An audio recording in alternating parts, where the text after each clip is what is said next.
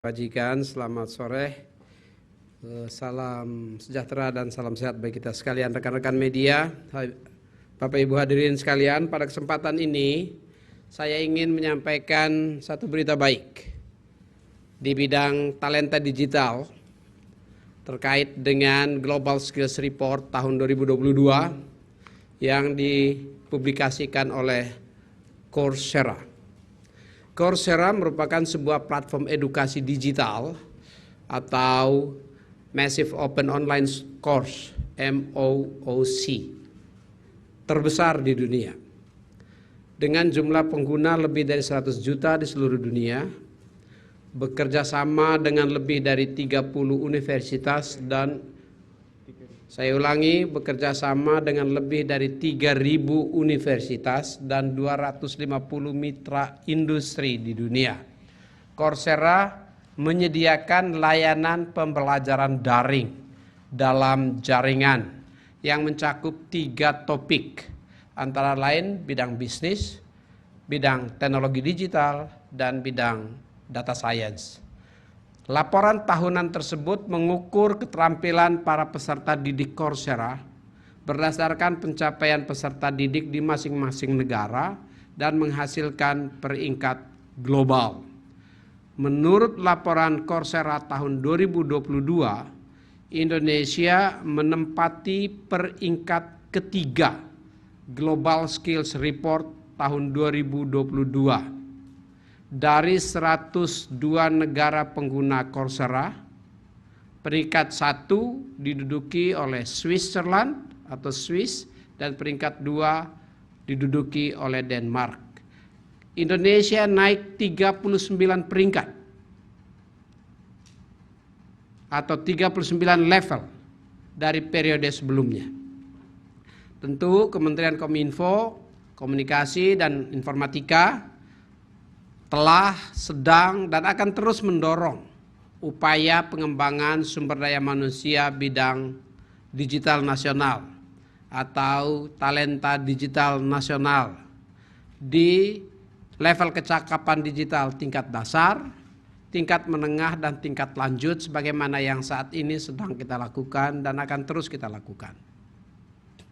Lebih lanjut, dapat saya sampaikan bahwa Kementerian Kominfo, Komunikasi dan Informatika akan terus mendorong lahirnya lebih banyak lagi talenta digital nasional yang mahir di bidang data science melalui inisiatif 50.000 data science training.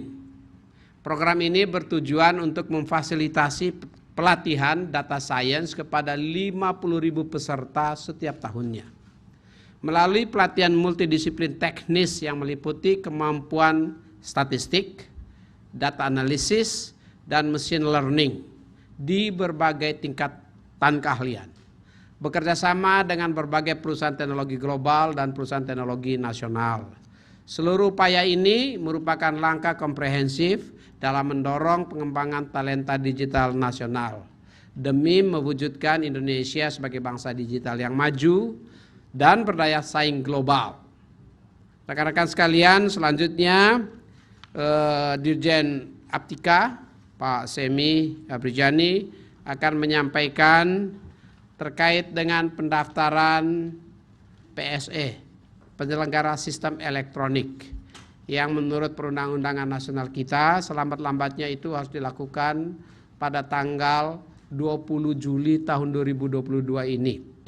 Kami mendorong agar seluruh penyelenggara sistem elektronik yang berjumlah lebih dari 4.000 PSE di Indonesia ini, baik PSE lokal atau domestik maupun PSE global, untuk melakukan pendaftarannya sebagaimana yang diamanatkan oleh perundang-undangan nasional kita.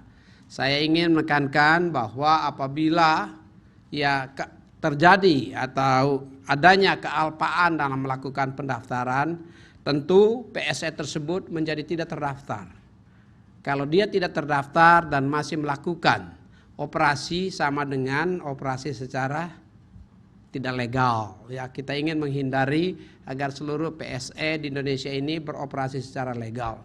Saya mendorong betul agar seluruh PSE untuk mengambil inisiatifnya segera untuk melakukan pendaftaran. Apalagi pendaftaran saat ini sudah sangat dimudahkan. Ya, pendaftaran itu dilakukan melalui online single submission (OSS) ya, yang sudah tersedia. Ya. Jangan sampai nanti kealpaan dalam melakukan pendaftaran itu sama dengan memaksa Kominfo untuk melakukan penegakan aturan. Nah, ini tentu tidak baik bagi iklim usaha. Nah, demi menjaga iklim usaha yang sehat, sekali lagi saya minta kepada perusahaan-perusahaan teknologi, baik teknologi nasional maupun teknologi global seperti Google, Twitter, Facebook misalnya, segera mengambil inisiatif ya, untuk melakukan pendaftaran. Jangan menunggu sampai dengan batas waktu itu berakhir. Karena begitu batas waktu itu berakhir, maka tentu kategorinya berubah ya, menjadi perusahaan yang tidak terdaftar di Indonesia, dan itu akan berimplikasi yang sangat tidak sehat bagi dunia usaha di bidang digital Indonesia. Selanjutnya kepada Pak Semi untuk meneruskan konferensi pers ini berkaitan dengan hal-hal teknis spesifik menyangkut pendaftaran sistem elektronik, baik khususnya dalam hal ini pendaftaran sistem elektronik privat, lingkup privat. Saya persilakan.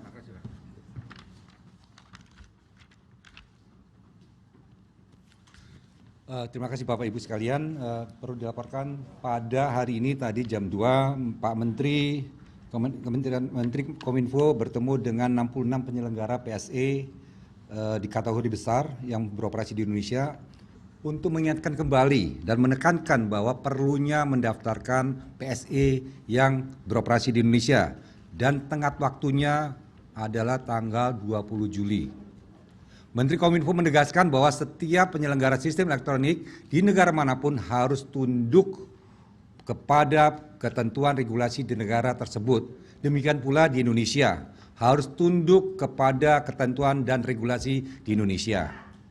Pendaftaran PSE merupakan amanat peraturan perundang-undangan Indonesia, yaitu pasal 6 Peraturan Pemerintah Nomor 71 Tahun 2019 tentang penyelenggaraan sistem dan transaksi elektronik, dan pasal 47 Peraturan Menteri Kominfo dan Kominfo Nomor 5 Tahun 2020 tentang penyelenggaraan sistem elektronik lingkup privat, dan perubahannya yang mengatur akhir batas kewajiban pendaftaran lingkup private pada tanggal 20 Juli 2022.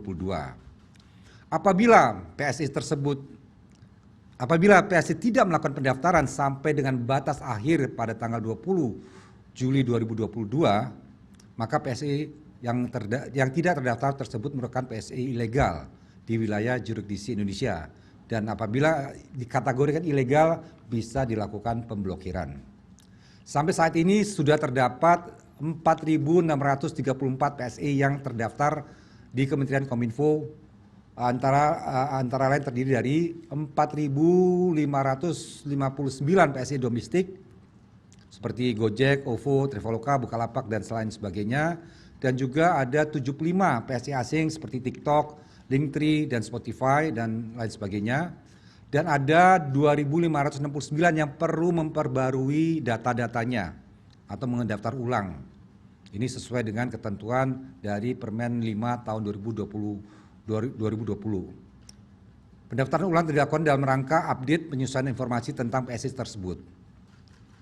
PSE yang belum melakukan pendaftaran agar segera melakukan pendaftaran penyelenggara sistem elektronik di Indonesia, termasuk yang besar-besar seperti Google, Netflix, Twitter, Facebook, dan lain sebagainya. Ini pendaftarannya dilakukan melalui online single submission yang sudah disiapkan. Jadi tidak susah, ini pendaftaran, panduannya juga sudah ada, tidak ada lagi dilakukan pemeriksaan, tapi juga yang kita lakukan adalah post audit. Persyaratannya sudah jelas, sisa memasukkan data-datanya, baru kalau sudah masuk kita terbitkan yang namanya pendaftaran, sertifikat pendaftaran, baru kita melakukan pengecekan apakah dokumennya sudah benar. Jadi kita lakukan dengan cara post audit. Kami yakini bahwa masyarakat tentu ingin menggunakan PSE yang terdaftar pada otoritas terkait yang lebih menjamin perlindungan konsumen. Kealpaan dalam melakukan pendaftaran seperti tadi saya disampaikan, baik yang lokal maupun yang internasional akan dilakukan pemblokiran atau peringatan keras sampai pada pemblokiran. Jadi kami ingatkan sekali lagi, jangan lupa untuk segera mendaftar. Ini ada satu persyaratan yang harus dipenuhi. Jadi termasuk tindakan tegas yang kita akan lakukan terhadap yang belum mendaftar. Jadi kita ingin membuat mengingatkan para penyelenggara khususnya di level yang lebih tinggi mengambil keputusan untuk segera memberikan approval untuk melakukan pendaftaran. Karena kita tahu di perusahaan-perusahaan besar itu itu perlu approval dari ada birokrasinya. Jadi kita ingatkan sekali lagi khususnya yang besar-besar jangan lupa untuk segera mendaftar. Karena ada sanksi yang akan kita terapkan apabila alpa untuk mendaftar. Pesan ini disampaikan secara tegas oleh Pak Menteri. Tadi ada jam 2, Pak Menteri mengingatkan ini harus segera, kita tidak lagi mentolerasi. Kita sudah beri waktu dari tahun 2020, sekarang 2022. Jadi tidak ada. Dari ini kita sudah, Pak Menteri juga bilang ini tolong, karena yang hadir bukan langsung pimpinan dari negara asalnya, ingin pesan yang disampaikan Pak Menteri disampaikan langsung pada CEO-nya dari perusahaan masing-masing.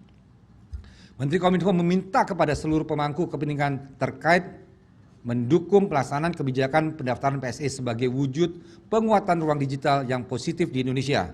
Khususnya bagi rekan-rekan media, kami minta agar dapat menyebarkan informasi ini secara berimbang dan tepat, dan bagi para PSE untuk sekali lagi segera melakukan pendaftaran. Sekian, terima kasih informasi yang bisa saya sampaikan.